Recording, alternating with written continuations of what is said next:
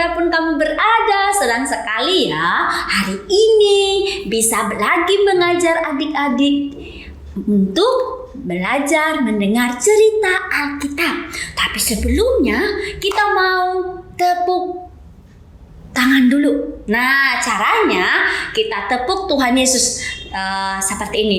Tepuk Yesus. Yes. Sus.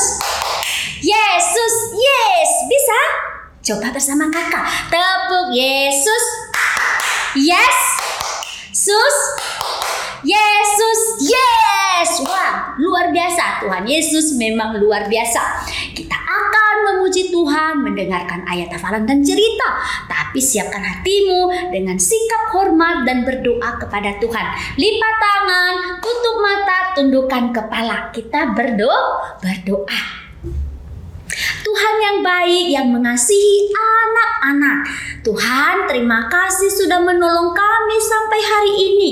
Tuhan, cukupkan kami makan dan minum dan juga apa yang kami pakai. Terlebih Tuhan kasih kesehatan dan kesempatan untuk belajar firman Tuhan.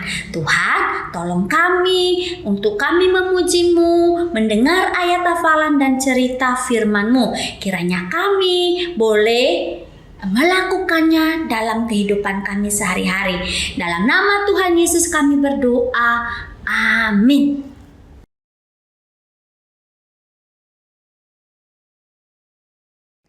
Wah, coba kamu bayangkan bila kamu menjadi anak seorang bupati. Senang gak? Pasti. Kalau kamu jadi anak gubernur, kayaknya lebih oke. Tapi kalau menjadi anak seorang presiden, apa yang kamu pikirkan? Wah, tinggal di istana. Kemudian bapakku terkenal.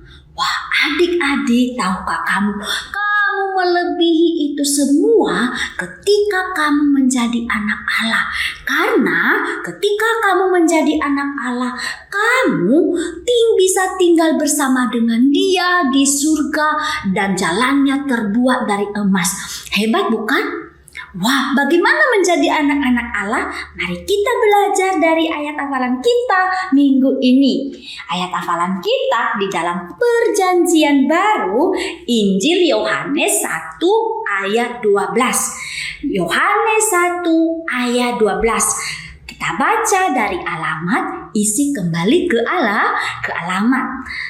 Yohanes 1 ayat 12, tetapi semua orang yang menerimanya diberinya kuasa supaya menjadi anak-anak Allah, yaitu mereka yang percaya dalam namanya. Yohanes 1 ayat 12. Coba baca bersama dengan kakak ya, dalam hitungan ketiga. 1, 2, 3.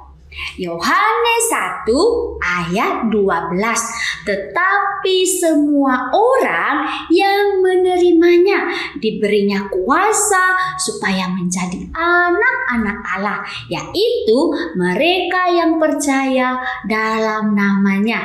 Yohanes 1 ayat 12. Wah, artinya semua orang, adik-adik dan juga kakak menerimanya, artinya kamu menjadikan Tuhan Yesus satu-satunya juru selamatmu dari dosa.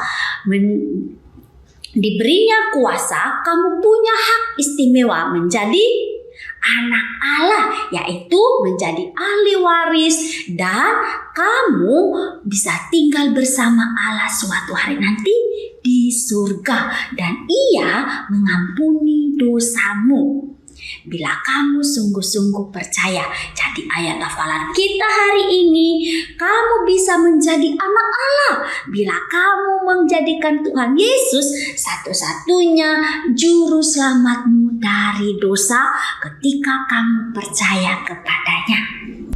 Kita baca sekali lagi ya, Yohanes 1 ayat 12. Tetapi semua orang yang menerimanya diberinya kuasa supaya menjadi anak-anak Allah, yaitu mereka yang percaya dalam namanya. Yohanes 1 ayat 12. bagi kamu yang belum percaya Tuhan Yesus, kamu belum bisa menjadi anak Allah. Hari ini kamu bisa menjadi anak Allah bila kamu mau menerima Dia sebagai satu-satunya juru selamatmu. Ia mengampunimu dari dosa dan menjadikan kamu anaknya. Lakukanlah hari ini karena ini adalah kesempatan bagimu. Kamu yang sudah percaya kepada Tuhan Yesus, ingat statusmu adalah anak Allah. Bagaimana sikap anak-anak Allah? Apakah anak-anak Allah harus melakukan hal-hal yang tidak sopan seperti memaki, seperti bertengkar, menyontek, melawan? Tidak. Allah mau itu Ia tidak temukan lagi kepadamu. Karena apa? Statusmu adalah anak Allah. Ia mau kamu menghormati Dia dan Ia mau kamu menyenangkan hatinya. Adik-adik, kita akan baca lagi ayat hafalannya. 1, 2, 3. Yohanes 1 ayat 12. Tetapi semua orang yang menerimanya diberinya kuasa supaya menjadi anak-anak Allah, yaitu mereka yang percaya dalam namanya. Yohanes 1 ayat 12. Nah, untuk menolong adik-adik menghafal ayat hafalan kita akan menghafal sambil melakukan beberapa hal di dalam kartu-kartu ini. Nah, apa ya yang harus kamu lakukan? Saat kamu melakukannya perlu berdiri. Wah, kakak akan pilih ya warna apa? Wah, orange. Wah, apa yang kamu lakukan di warna orange ini? Wah, mencuci baju, memperagakan cara cuci baju sambil menghafal. Oke? 1, 2, 3. Yohanes 1 ayat 12. Tetapi semua orang yang menerimanya diberinya kuasa supaya menjadi anak-anak Allah, yaitu mereka yang percaya dalam namanya. Yohanes 1 ayat 12. Wah, good. Yang kedua, kita coba pilih ya. Warna apakah ini? Wah, warna biru tua. Apa ya? Bermain bola. Peragakan bermain bola. Wah, bagaimana bermain bola? Ditendang ya. Oke. Sambil menghafal 1, 2, 3. Yohanes 1 ayat 12. Tetapi semua orang yang menerimanya diberinya kuasa supaya menjadi anak-anak Allah, yaitu mereka yang percaya dalam namanya.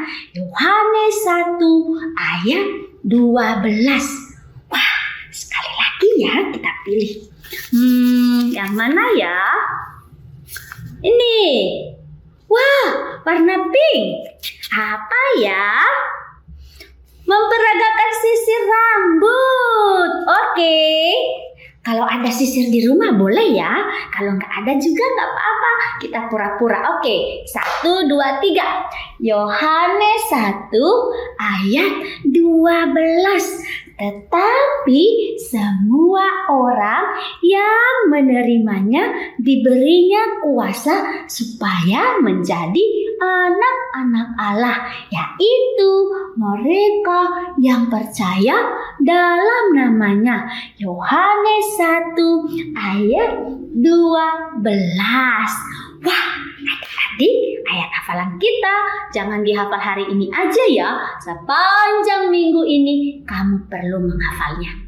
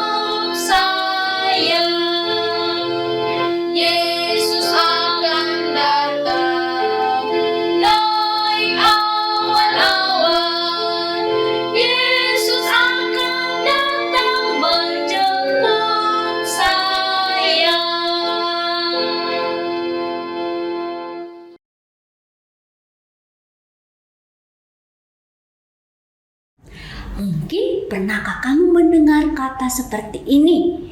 Melihat dulu baru percaya. Wah, tetapi di dalam Alkitab Allah mengatakan ada beberapa hal yang perlu kamu percaya walaupun tidak melihat. Ini namanya iman. Nah, adik-adik, dalam buku tanpa kata kita beberapa minggu ini kamu sudah belajar. Wah, masih ingatkah di halaman pertama dari halaman emas bicara tentang apa? Allah yang tinggal di surga. Dan halaman kedua dari buku tanpa kita, halaman gelap, bicara tentang apa? Wah, masuknya dosa ke dalam dunia melalui Adam dan Hawa. Dan minggu lalu kita sudah belajar dari buku tanpa kata kita, halaman merah, di mana Allah mengirim Yesus anaknya untuk mati gantikan hukuman dosa dengan mencurahkan darahnya. Dan hari ini kita belajar di dalam halaman bersih bagaimana dosamu dibersihkan dengan percaya atau beriman kepada Tuhan Yesus. Nah, adik-adik, minggu lalu kamu sudah mendengar bagaimana perempuan yang mengasihi Tuhan Yesus pergi ke kuburan, tetapi mereka melihat kuburan itu kosong dan mereka menceritakan kepada murid-murid apa yang dikatakan malaikat dan apa yang mereka lihat. Bahkan juga Petrus dan Yohanes melihat bahwa mayat Tuhan Yesus tidak ada. Dan banyak murid-murid mereka menjadi kecewa. Bahkan hari ini ada 2 murid Tuhan Yesus yang nama yang satunya adalah Kleopas. Wah, mereka dengan sedih kembali ke Emmaus. Dari Yerusalem mereka pergi ke Emmaus. Jaraknya ada sekitar 11 kilometer. Wah, di perjalanan mungkin dengan muka muram mereka bercerita satu dengan yang lain. Berkata, wah, kenapa dia harus mati dan sekarang mayatnya tidak ada? Wah, adik-adik, mereka pikir kedatangan Tuhan Yesus akan membebaskan mereka dari apa? Dari jajahan Romawi itu yang mereka pikirkan. Saat mereka dalam perjalanan, tiba-tiba ada orang asing dan mereka tidak mengenal dia. Orang asing ini berkata, apa yang sedang kamu percakapkan sementara kamu berjalan? Wah, Kleopas dan temannya mungkin dengan kesal mereka menjawab, apa? Kamu nggak tahu apa yang terjadi di Yerusalem akhir-akhir ini? Yesus itu yang dari Nazaret, mereka sudah menyalibkan dia dan sekarang mayatnya pun sudah tidak ada. Wah, orang asing ini berkata, wah, betapa lambannya kamu ini.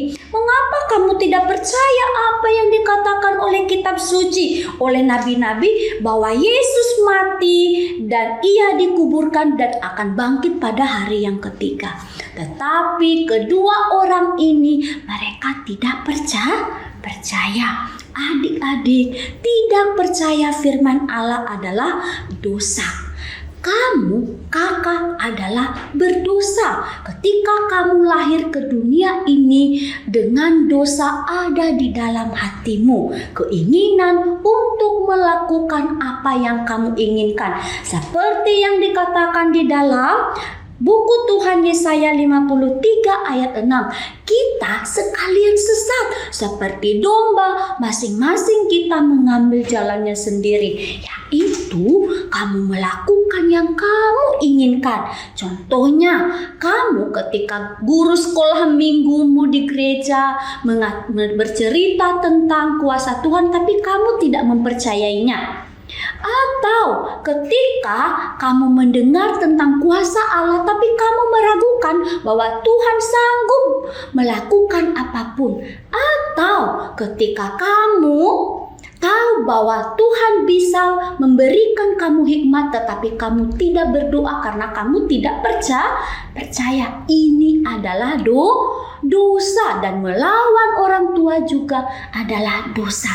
Adik-adik, Allah yang kudus, Ia membenci dosamu sehingga kamu terpisah dari Allah. Itu hukuman dari dosamu. Nah, adik-adik, tahukah kamu sepanjang perjalanan ke Emmaus orang asing ini, dia bercakap-cakap dengan mereka dan tibalah mereka di Emmaus. Tetapi hari sudah sore, lalu mereka mengajak orang asing ini untuk bermalam bersama.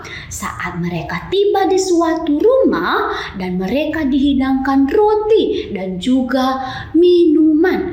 Wah, ketika saat itu orang asing ini ia mengambil roti itu dan ia memecahkannya dan ia mengucap syukur kepada Allah.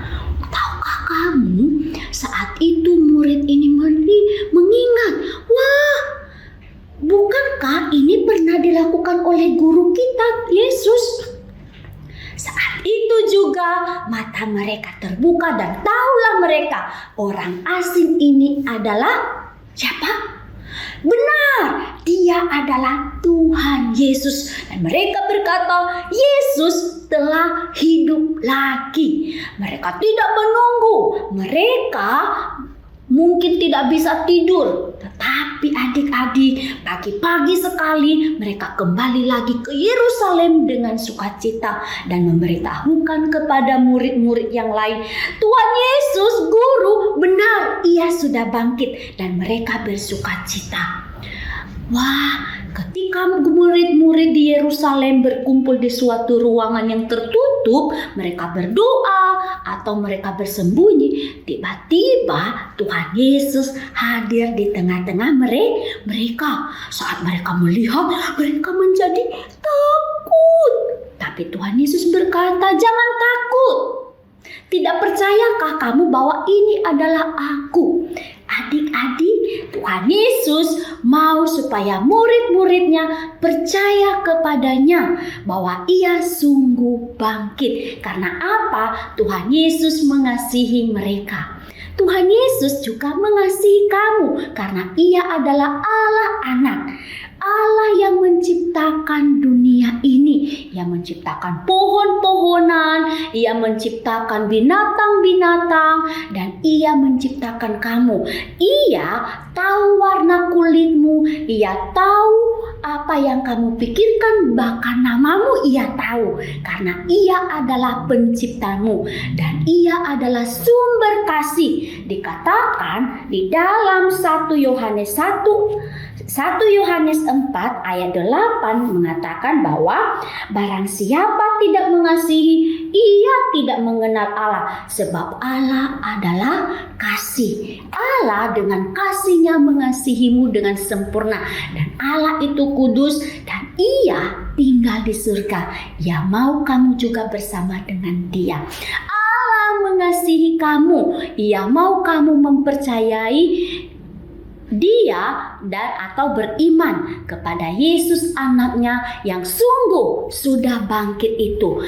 Yesus juga mau murid-muridnya percaya kepadanya bahwa Ia sungguh sudah bangkit. Adik-adik, saat itu murid-murid untuk membuktikan bahwa itu adalah dia juga